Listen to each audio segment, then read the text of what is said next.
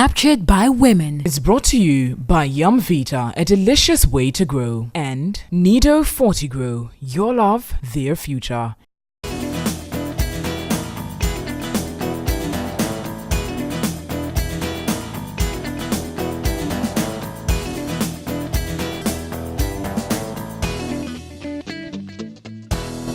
Good afternoon to you, and thank you so much for tuning in to watch another edition of Captured by Women. On the national agenda this week were also issues pertaining to the depreciation of the CEDI and also matters still arising following the implementation of the double track system. We will discuss these issues and also bring you our Career Women and Lifestyle segment. Remember, the show is possible courtesy Yum Vita, a delicious way to grow, GTP, Timeless, and Nido, nutritious milk for growing kids. You know I don't do this alone. I'm here with my dashing Nanama. Hi. Today promises to be exciting. Please stay with us. We'll take a couple of messages and come back.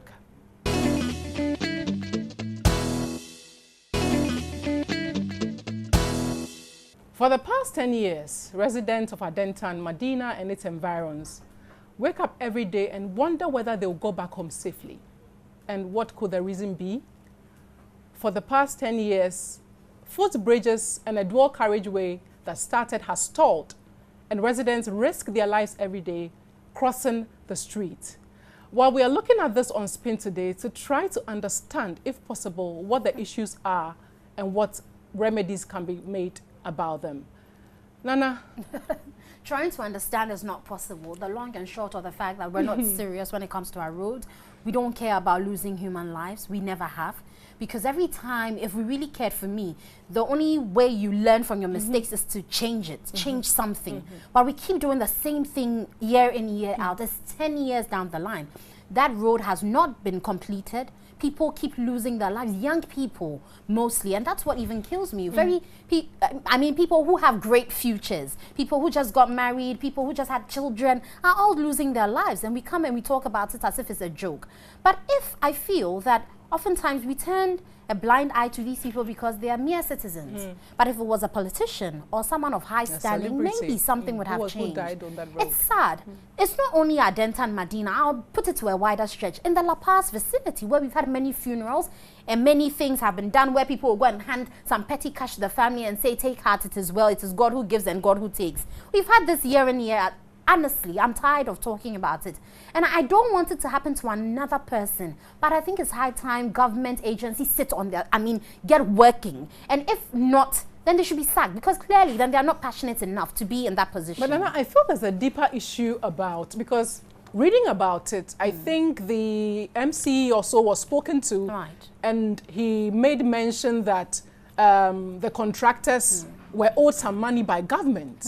And you know that when successive governments come in, payments delays. So as much as we need to talk about the fact that the issue has to be resolved, the footbridges have to be constructed for lives to be saved, the larger issue about government contractual arrangements and delayed payments, especially when governments change, it's also a key factor here. It's 13 years, but why has that come to stay? Because probably we have also allowed it. That is where I say it's high time we all speak about it so rampantly that they change things. After all, we know governments will hasten things that are in their interest, and so why can't we do the same when it comes to things that are of national importance to us citizens? It's just that we have allowed it to go on, because nothing in the law says when a government changes over, we should forestall payments and allow that government to settle before we pay people. After all, to the best of my understanding, we don't forestall politicians' salaries and things. They come when they're supposed to come. Even if it's done, you're paid in arrears, but lives cannot be given in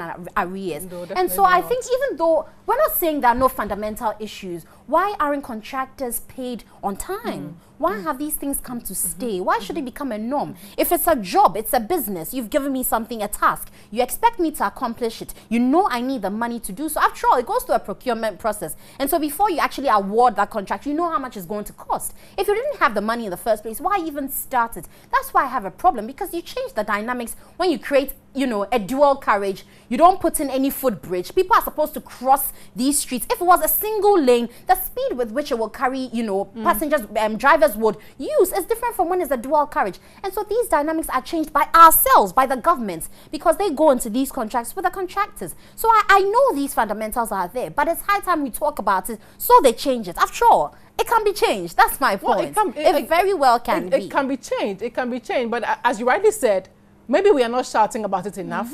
It's not being highlighted enough. Right.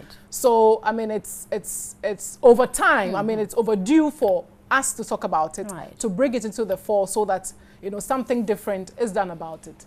Well, if we were to continue talking about this issue, I'm sure we'll be here the whole day, but the show has to continue. So we'll take a break here and then come back with more. Please stay with us.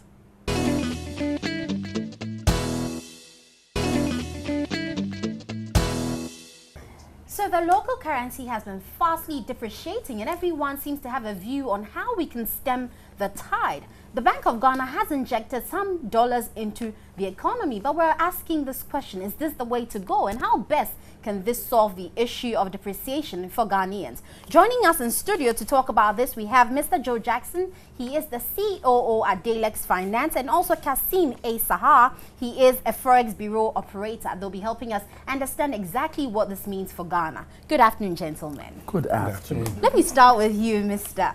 Jackson. So what are the fundamentals, or what are some of the pointers that really have led us to this fastly depreciating cedi? Well, when your cedi is depreciating, it just means that productivity, your borrowing, everything, people are moving their money out of cedis into another currency. Right. Now, there are two major things. People are, I think, out there, the perception is that the economy is not doing as well as it should. That is, and that we are still borrowing and borrowing heavily. I assure you that the latest banking crisis, where the government announced that he had to take on another bond of over 5 billion to support the consolidated bank, I think was one of the straws that broke the camel's back and sent the cedi plunging, even though some of us had been predicting that we were even going to be in trouble before that that announcement sent people scurrying. And then it's really a reflection of the fact that there's a general sense of malaise about this economy, and about people don't feel their expectations are being met, which obviously has an impact. And then also the borrowing has been heavier than we expected a year ago. And then this unexpected borrowing has had an effect. When you add on another, that the dollar itself has had some amount of appreciation in the external markets and against other currencies, then you get to see what the picture is right now. Okay, Mr. Jackson, so I wanted to find out, this isn't the first time that we've seen the Bank of Ghana pumping dollars into the financial system. It is a short-term measure. So what are the long-term solutions or processes that must be done in order to forestall this happening, instead of resorting to these short-term measures periodically? First of all, this, I'll be honest with you, it's not likely it's going to work. Okay. It's not really likely it's going to work. You can't pump enough dollars to resist the forces that are at work. There's no money. I mean, the same reasons why we're broke. You're borrowing more, and because of that, the dollar is falling. Then you say, I'm going to pump in dollars. Where's the money going to come from to pump in the dollars? So at some point, you're going to hit a brick wall. So first of all, it's not likely that this is going to have any effect, of any significant effect, against the pressures that are moving the dollar downwards, right? The only thing that works is, as a country, we've got to find a way of exporting more than we do now, of reducing our imports. So unless we tackle that, the fundamental issue, that elephant is in the room, and we are dancing around it. And in fact, some of us will tell you that allow the cedi to fall, because every time the cedi falls is an incentive for people to export. It's an incentive for people to cut their consumption of imported stuff. So part of the way you fix this is to Let it just slide? Of course. That's what the natural trend. It's not the natural. Listen, we are fundamentally at a point where we love imports. Right. The reason why we love imports is because it is cheaper. Ultimately, it is cheaper to import than to produce locally. So long as that fundamental stays the same, the cedi will fall. If it doesn't fall today, it will fall tomorrow. I don't need to be a prophet. Listen, if you want to know why the cedi is falling, go to the port. Look at the containers when they are coming in. They are full. Watch the containers when they are going out. They are empty. I mean, if I was being sarcastic, I would say, Ghana, we are exporting air. Because the containers leave this country Almost empty. empty. Yeah. In fact, we have one of the highest rates of shipping into this country. You know why? Because when a shipper comes, he has nothing to take away. So it's like you've taken drop-in. He charges you for in and out. Very well. Mr. Jackson, I'll come back to you, but let me involve Mr. Kasim in this. I would want to find out what activities does the Forex Bureau, engage in that also impacts on the economy? Forex Bureau doesn't engage in any activity. Our activities depend on the clients. Right. When the demand is high, this is where we also have to stand up and go around and get the money for them. Right. But, I mean, the reason why I'm asking this question is because many people are concerned that, for example, I want to export my goods to, or I'm going to trade in China, and I come to you. Instead of asking for Chinese yuan or whatever it is, I would ask for dollars. Why wouldn't Forex Bureau operators come together because of our depreciating cedi and also probably put up a front saying that because we've realized the cedi is falling, we may also, instead of giving you dollars, give you the equivalent of what you need in that specific country you're going to, so that we can also try and stabilize the cedi? That's a very good question. The Forex Bureau operating is becoming a little bit complicated. We fall on the traders. This is the only way we get our foreign currency, inside. Now, if the government, we get all the currency we need, the government support us with the currency, then we can do that. But in this case, we only buy from the customers, from one customer and sell it to another customer. So whatever comes in our domain, this is what we give away. So unless government also put hand in our business, that now you can get support, whatever currency you want, you can get it from the government. Then we can do that. But until government himself bring the initiative that we want to put some money into Forex bureaus, then this problem will not solve. So seemingly you are in like all Ghanaians, you're just doing a business, and so you're also very well. But again, someone would, it would also ask that, how does the unstable exchange rate affect your business? Oh yeah. Oh, okay. When the rates goes very high, the people who have the foreign currency, they think it's going high. So let me keep it. Right. Exactly. It's going high, so let me keep it. Until when they see that it starts shaking, then they release it. They are waiting till it go to the highest as it can. Then they start releasing it. And when it goes, also when it's falling, then everybody is just pushing all what they have for you because they don't want to lose their money. Anyway. It's a very tough and difficult conversation that we have, I think year in, year out. Mr. Jackson, I also wanted to find out from you. We know there's been the suggestion or the idea that how will the the coming in on the one district, one factory initiative by government, I mean, looking at the medium term, I mean, it started off. In the long term, would they have any meaningful impact on our current situation or not? Let me tell you what the issue is. For so long as our CEDI is overvalued, for so long as it is cheaper to import matchsticks from toothpicks, diapers, whatever you like, from China than it is to import locally, this whole one district, one factory initiative is actually going to be shaky. Simply because if I set up you want the private sector to set up a factory to produce diapers, I must produce the diapers cheaper than somebody's going to bring from China. Exactly. For so long as if I produce the diapers locally, they're going to be more expensive. No amount of sloganeering will make that factory work. What will make the factory work is what is happening now. You want one district, one factory to succeed, let the currency fall. Then there's an incentive for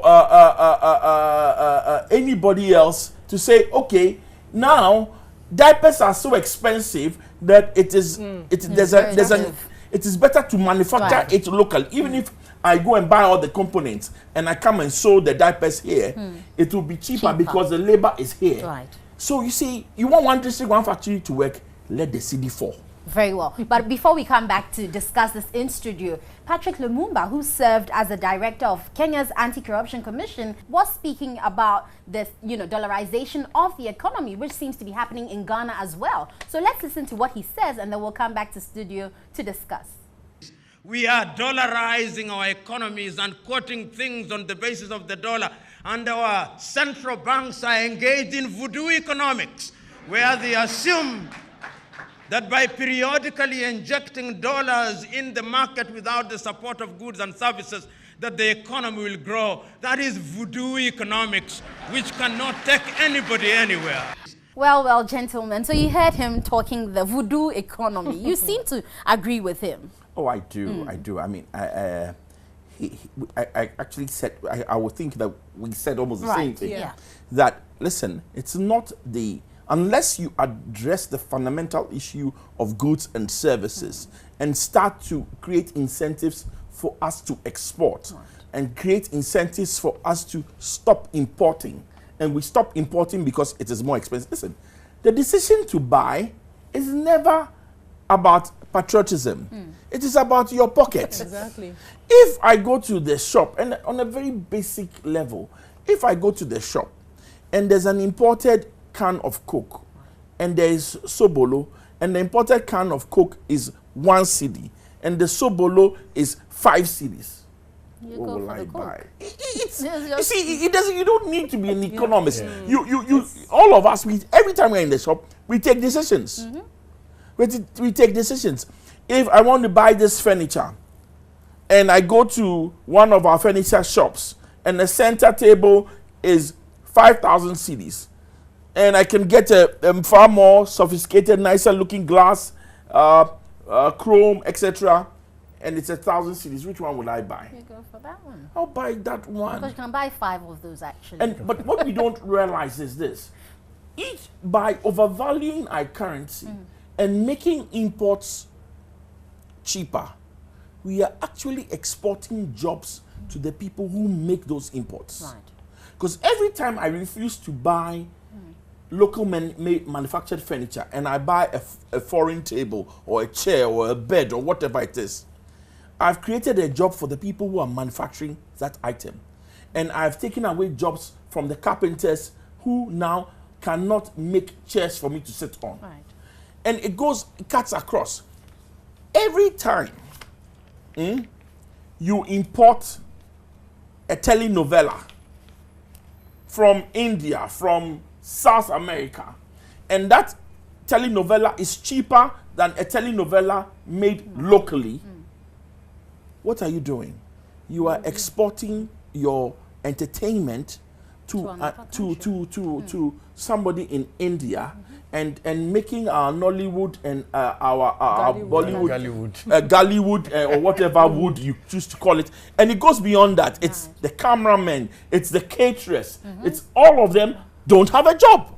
So let the CD fall, so that all of a sudden, when you quote the price of a telenovela, I will call some local producer and say, can we do one ourselves? Right. That's the key. Very well. On that note, we don't have enough time to discuss everything concerning this depreciating city, but I think the fundamentals have to be worked on, and it all takes all of us to make sure it works. I'd like to say a big thank you to Mr. Joe Jackson, the COO at Dalex Finance, and also Mr. Kasim Sahar, the owner of Big J Forex Bureau, who have been talking about this very important issue. We'll take a break. We'll be back with more here on Captured by Women. Stick and stay with us.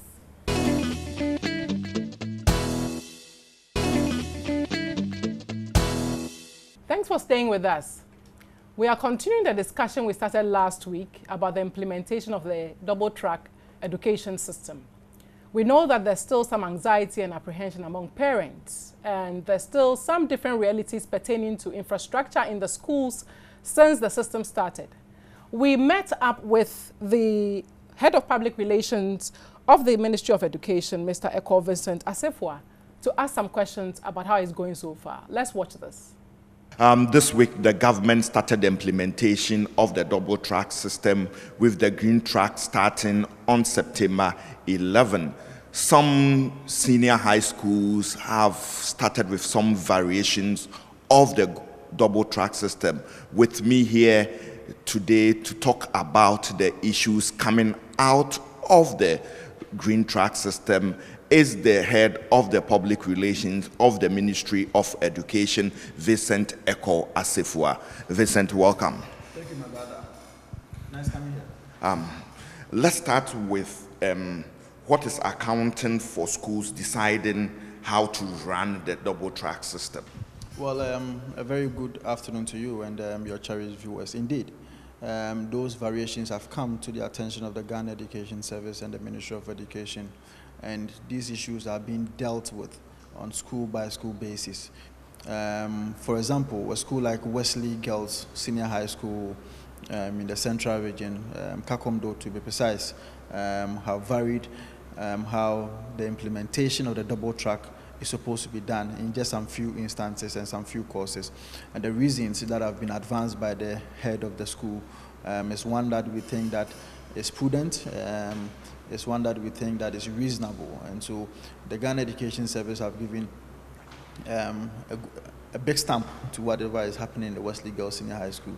Some of the reasons that have been advanced are that, number one, if you check courses like home economics and you check courses like general science, these are courses that obviously the two courses will have students reading what we call biology.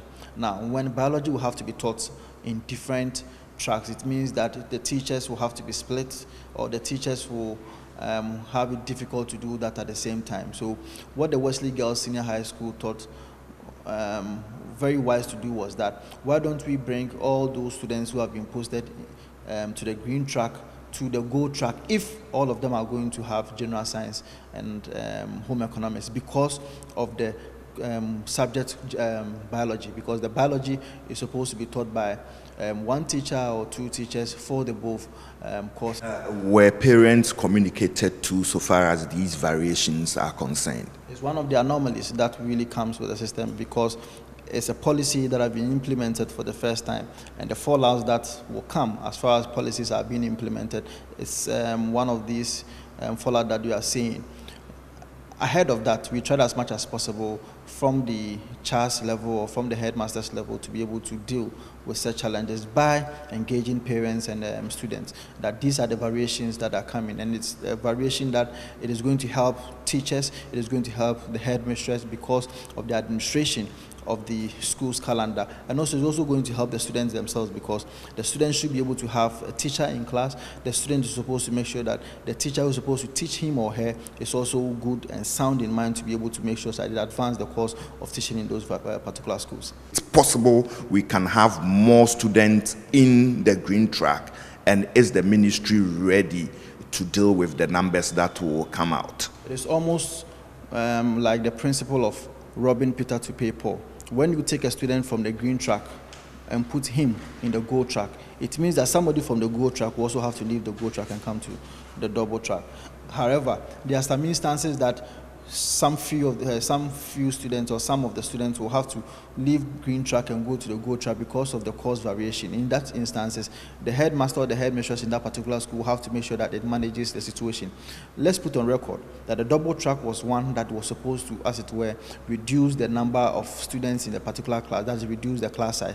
So a normal class that was supposed to be taking about 50 students, this particular year will be taking averagely about 30. So it means that even if we take some students from the green track to gold track, just to make up because of the teacher administration and the school's curricular administration as well, it is not going to be a problem. It's not going to pose any problem or challenge. So when does the counting start? Counting starts on the 11th of September and ends on the 6th of November. So for every green track school, what it means is that you are supposed to start your school on the 11th of September and end on the 6th of September. And that is going to account for the 41 days that we have always been preaching out to the people of Ghana. For the first few days after September 11, there were some issues. Does it mean you could consider an extension of the 41 days, maybe add a week or so to the counting? Absolutely not. You remember at the time that you and I were in our various senior high schools, there were several instances, or even all the instances, that you get to the school for the first time and you know that the first week you would not have classes or whatsoever. But that time was used for probably general cleaning, was used for orientation and what have you. So there's not going to be any extension as we speak. The timetable have been addressed, or as it were arranged in such a way that every child is supposed to have 81 clear days, teaching clear days in school before you end your calendar of the semester. One issue that is coming out is extra school activities like sports, quizzes, and cultural activities. With this new double track system, though it's a temporary thing to make sure we get infrastructure and other things ready, we go back to the normal stream. Will this new system track rectify some of the challenges in those extracurricular issues? Again, at the time that you and I were in our various senior high school, when there is interco or there is superzonals, what happens is that it is normally select few out of the students who are allowed to go and represent the entire students in the, at the various intercolleges. And the students themselves, or the athletes themselves who are supposed to be doing these, only go for their personal training, and sometimes they have their personal classes, or if you like, they have some special attention that is being given to them. So whether green or gold, that particular arrangement is not going to be disrupted in any way. Vincent, is there a situation where a school will be considered for double track system but would end up doing just one track? Students are supposed to have a choice file. You choose 5 schools out of the number or the plethora of schools that is in this country. Now, when you fail or when you miss any of these 5 schools, we give you the opportunity to also have your self-placement. It is possible that a particular school might go through all these processes, but still will not make up to the number that it requires of them, or better still, the number that the school itself wants to, as it were, achieve or have. So in that instance, when such instances happen, it means that the school is not going to have the number that it deserves, unless, of course, that school have been loaded onto the system for self-placement to be done, and still, students did not also choose there. So if students did not choose there, what can you really do? It is incumbent on the Ghana Education Service and Ministry of Education that, per the promise that we made to the people of Ghana, that we do not intend at any point in time, as it were, to choose a school for any particular student, and that is what we are not going to do, and indeed we are not doing that. So any school that a child or a student will go, it means that it is at the sole prerogative of that particular child to choose that particular school, and that student is going to that school because he or she actually chose that particular school. And finally, we know that certain schools were both boarding and day, and now some have been converted solely as day schools. Any rationale behind that? There have not been any conversion whatsoever as far as boarding schools to day schools are also concerned. It is just a normal anomaly or fallout in the system, so we can term it as a systemic failure, because it is human beings who actually put in or key in the information. And so when you are keying in 669 schools, it is possible that one that is B, you can make it D, which means that school that is supposed to be boarding, you key in and D, and the system also plays all those students to be D. So that anomaly is being addressed. For example, I know the school you're talking about. You're talking about Islamic Girls Senior High School in Suhum. And in that instance, we are addressing it. We hope by next week, we should be able to clear all those fallouts out. VINCENT EKOW ASSAFUA, thank you so much.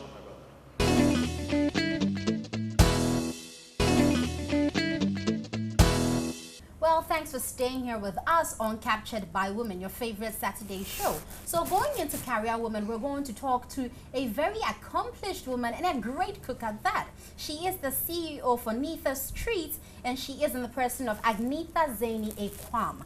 Good afternoon, Agnetha. Good afternoon. And great to have you on set. Thank you very much. Thanks for having me. Great. So let's start through the journey, because oftentimes people will think, well, women naturally know how to cook, so there's nothing great about baking and whatever. But you didn't just learn it. You came from a different background and you're now here. So walk us through how you finally got to making some of these beautiful pieces before us. I happen to have cooks in my house. So my auntie has a restaurant, and then right after my diploma, my degree, I was always with her. I found myself in the restaurant with her, and I learned a lot of stuff. And so after I finished my master's in marketing, I decided to use MBA not for a corporate world only. Right. Yes. Was it something you were doing part-time whilst being in a corporate job, or did you just take the plunge to go full-time? It was part-time. Okay. Yes. Whilst I was in school, I started with my smoothies, I started with my juices, and then when I finished with my MBA, I think it was a bit difficult to get something that suited what I wanted at the time. I just thought, okay, you know what, I have an interest in something else. Why don't I start from there? And then later on, I can go into consultancy, something, you know, that, yeah. Okay, so walk us through. We see some pretty inviting, juicy yummies right here. So walk us through what you have here. Okay, so this is basically a banana bread. Okay. Yes, banana cake bread actually, with some chocolate chips. And people taste it and they ask, is that cake or is that bread? Yeah. I'm like, well, that is bread, but that is how I choose to make my bread. Okay. Yes, so this is banana bread, and then this is a banana chocolate cake. Okay. And that's an apple bread. Okay. Yes. Yes, I do fruit stuff basically because I realized that people are health conscious lately. Right. So I do more of fruit stuff, fruit-based foods. Yes. Sometimes people are very careful about eating because they're afraid of the calories. Yes. So is it, I know aside the fruit you have in there, of course you have the regular ingredients for bread and cake, which is flour, eggs and all that. Yeah. So butter, eventually, are you looking to cater to, probably to move to a level where you can cater to maybe a fat-free or something that would further cut down the calorie content of the meals? Because, you know, increasingly people are concerned about... Yes. Okay, their so weight. what I do is I have different meal plans. Okay. Yes. So with this, for instance, if you're checking your diet or your weight, and then you want to have this, you can just have a slice, and you can take it as a snack, as breakfast, whatever it is you want to have it with, an ice cream, whatever it is. So if I'm not checking my weight, I can decide to take half of it. Exactly. But if you are, then you can just have a slice as, I mean, a snack or just something to accompany with what you're eating. Right. So does Nitha's Treats do only baking, or you also cater to I cater, food demand? Yes, I do food as well. Okay. Yes, food as well. And increasingly, as we're talking about the health and the health consciousness, do you feel that people are moving away from, you know, indulging or patronizing these kind of works? Because now people are also learning how to cook by themselves and make their own meals. So what has been the trend in the industry for you? Normally, when I meet people and then I introduce myself, I go like, can you please buy this for your kid? Because I know they'll tell me, oh, I'm not sure I would want to take anything cake or anything, snacky. So I go like, okay, please buy this for your kid. They need it for school, you know. And then, I mean, I win the trick by that. Before that, of course, mommy will taste before she gives it to her child. Well, yes, but it's nice. Yes, but I try. I mean, I do what's best. I do what's best. I don't just. I normally tell people I cook the way I would also eat. Exactly. So I wouldn't just put anything out there for people to, you know, buy. But finally, tell us, for people who want to reach out to you, how do they get into contact with Neatha's Treats? Okay, so we're on Facebook. Okay. We're on Instagram as Fruit Haven. Yes, Fruit Haven. Okay. Yes, at Fruit Haven. Yes, but then in the profile I have Neatha's Treats. Okay. There was a bit of challenge when I started. It started at Fruit Haven, but then I registered the company and yes, I had so but the handle is still at Fruit Haven. Okay. Yes. And where are you located? Majo or Nanakom. Is there a telephone number? Yes. Phone number is 0248658545. Anyway, we'd like to say a very big thank you to you, Agnetha ZEINI EKOW. She's the CEO and cook at Neatha's Treats, and she's telling us how she came from a different background up to making up this, and she's doing well at it. So make sure you go out there, taste a bit of her food, her cake, and make sure you patronize Made in Ghana goods. But certainly also know that you can do it. If she has done it, she's an example for many, many young women out there. Go out there and do your best. With the little you have, you can make it. We'll take a break. We'll be back with more here on Captured by Women. Thank you.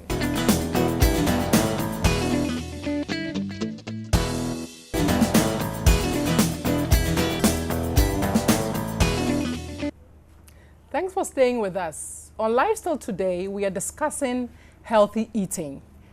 What does it mean to eat healthy? And do what we eat have the right nutrients in the right portions? Well, fortunately today we have been joined by Mrs. Ernestina Bobo, who is a registered lead dietitian at Nutrient Wellness, to answer these questions and more, and to get us some insights into what healthy eating means. Hi, Ernestina. Hello. How are you? Fine, thank you. You're welcome to the show. Thank you. So we know that we've all bandied around the word healthy eating, eat right, take the right portions. But just to start off, what does healthy eating entail? So healthy eating, I would say, should be food that you eat that's alcohol wholesome. Okay. That will provide you with all the nutrients you need, all the fiber you need, all the calories you need to maintain a healthy life. You know, in this kind of world where everyone is in a fast-paced life, where fast foods are the thing, even though people want to go healthy, the whole conversation is around what time can I get to actually make these meals you're talking about. So from your perspective, how can you help a working mother, working father to make up something quick and take to work? Okay. So you have to plan ahead. When you look at most of the foods that we have, we see that the base, especially when we are preparing stews, the base will be tomato. In the Ghanaian typical food will be tomato. It's either tomato in oil, vegetable oil, or tomato in palm oil. So what you can do if you are busy is to prepare the tomato in the vegetable oil and tomato in the palm oil and put aside, like a sauce aside. So when you are ready to cook, you have your tomato ready. You are cutting in, if you want to prepare vegetable stew, just washing and cutting some vegetables, mixing it together, you have your stew. You want to prepare contomere, you want to prepare garden eggs. Your contomere could be boiled and put in the freezer. You move it out, you are just mixing it with the red oil, and then, or your garden eggs with the red oil, you are ready. But when you keep food in the fridge, we say that whenever you are preparing it, you should add some fresh food. So if you are preparing vegetable stew, that's why it will be good to have the tomato sauce there, but cut in fresh vegetables so that the nutrients are always fresh, and that's fine. In the preparation of the vegetables, what should we do? I mean, because ideally, vegetables are eaten fresh. So how do we prepare it? I mean, so that, you know, we can eat it in its raw state to get the maximum benefit out of it. Okay, so the first thing is you should get it from a good source. As much as possible, try and know where the vegetables you are buying from comes from. If you're not too sure, you could look to the university farms you can be sure, and we have organic sellers, even some online that you can patronize now. Once you get your vegetables, what you do is you wash it very well. So the recommendation is wash it a few minutes, not just toss it in water, but under running water. So that the water is washing off the things and it is draining away. So wash under running water, rinse in a solution of vinegar and water or salt solution. And then if it's salt, rinse the salt off and then use. But does the timing of what you eat also make it healthy or unhealthy? And can you give us any tips concerning So that? it does. So the recommendation is that from the time you wake up, at least within 2 hours of waking up, you should try and have breakfast. A lot of people would say, I don't have the time, but try and make time because it's important. Research has shown that people who eat breakfast or who eat regularly tend to be able to manage a healthy weight. So take breakfast 2 hours within your time, within 2 hours of waking up. After the breakfast, you can have the next meal within 4 to 5 hours. So breakfast, lunch should be 4 to 5 hours after breakfast. And your dinner should be about 4 to 5 hours after lunch. In between breakfast and lunch, you can have a snack. And a healthy snack could be fruit or vegetable. That's the first recommendation. Or a whole cereal can also be fine. So it's either your fruit or vegetable, or you are taking something like boiled corn on the cob or roasted corn on the cob is fine. Popcorn, if it's not too salty. A slice of bread, whole wheat bread. Or some fruit or something. Yeah, some fruit there. And that would but be isn't fine. the portions also... doesn't the portion also matter? Because usually, you know, with the portions are the key issues, isn't there? So what is the ideal I mean, I know there are different portion sizes for different groups, weight groups, but for an adult, what are the portion sizes that we should look at? 1 cup of rice, or, you know, what are the portion sizes? Okay, so I'll explain the portion size, but everybody may need 1 or 2 or 3 portions, depending on their weight, their height, their age, their gender. So when we come to the carbohydrate, we say that a serving, so the basic unit of serving for carbohydrate, for bread, we say a slice of bread. You mean 1 slice But as of I said, bread? somebody may need 2, somebody may need just 1, somebody may need 3. So for bread lovers like ourselves, People pass out behind their sets. No, they won't. So the idea is that is one serving, but somebody may need 4. Somebody may, but depending on your energy requirement. And your weight, if you're watching it. So a serving of rice would be ½ cup, and ½ cup was just about a stew ladle that is rounded. Of yam would be a half slice of the yam. So if you take half an inch thickness slice of yam, 1 whole slice, if it's a big tuber, would be 2 portions in one. A small. This is for the Ghanaian stomach or for the foreign I'm saying stomach? it gives you the basis for knowing how much you have packed in your plate. So somebody may need 4, somebody may need 5. Yeah, but I'm asking because, you know, somebody needing 4, needing 5 should be based on scientific research. But as we're saying it, someone will sit down and say, oh, okay, I think I fall into the 5 categories she's talking about. So for yourself, we talk about intuitive eating. Everybody and how their body is programmed to eat. So if you listen to your body well, you'll know that when we say that when you eat, when you get full, you should know. You understand? So what do you tell you? So when you are full, also never gets full. They have a problem, don't they? So yeah, they do. So if you have a problem of knowing whether you are full or not, then try and pack your plate with a lot of vegetables, because vegetables will not let you put on. So you are eating the carbohydrates with the vegetables together until now nothing will go down. You know you are full. Then at least you know you didn't pack it with only carbohydrates, and that's fine. All right. That's okay. fine. Thank you so much for coming. I'm sure I have learnt a lot, and I'm sure that our viewers have also learnt a lot. So we've had Mrs. Ernestina Dodo, a registered lead dietitian at Nutrid Wellness, sharing some details on healthy eating. I'm sure you've picked a tip or two. Please stay with us. We'll be right back.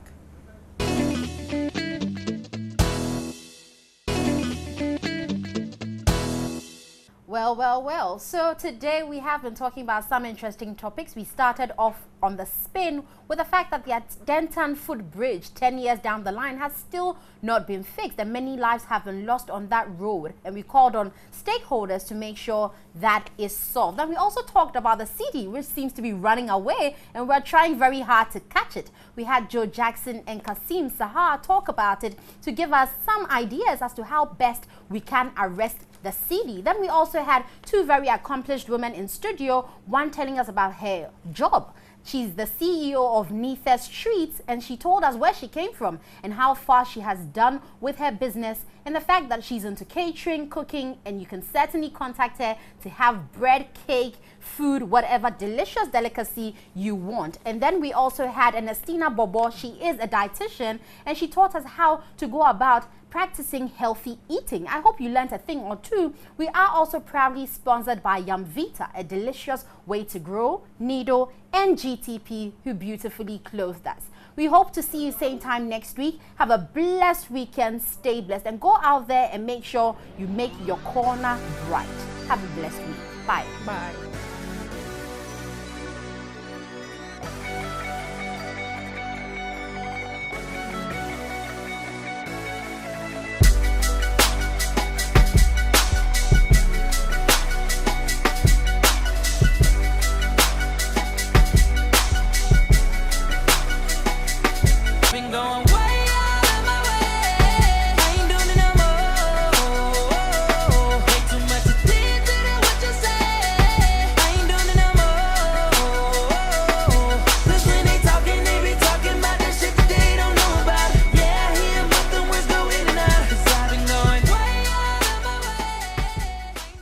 Captured by Women is brought to you by Yumvita, a delicious way to grow, and Nido 40 Grow, your love, their future.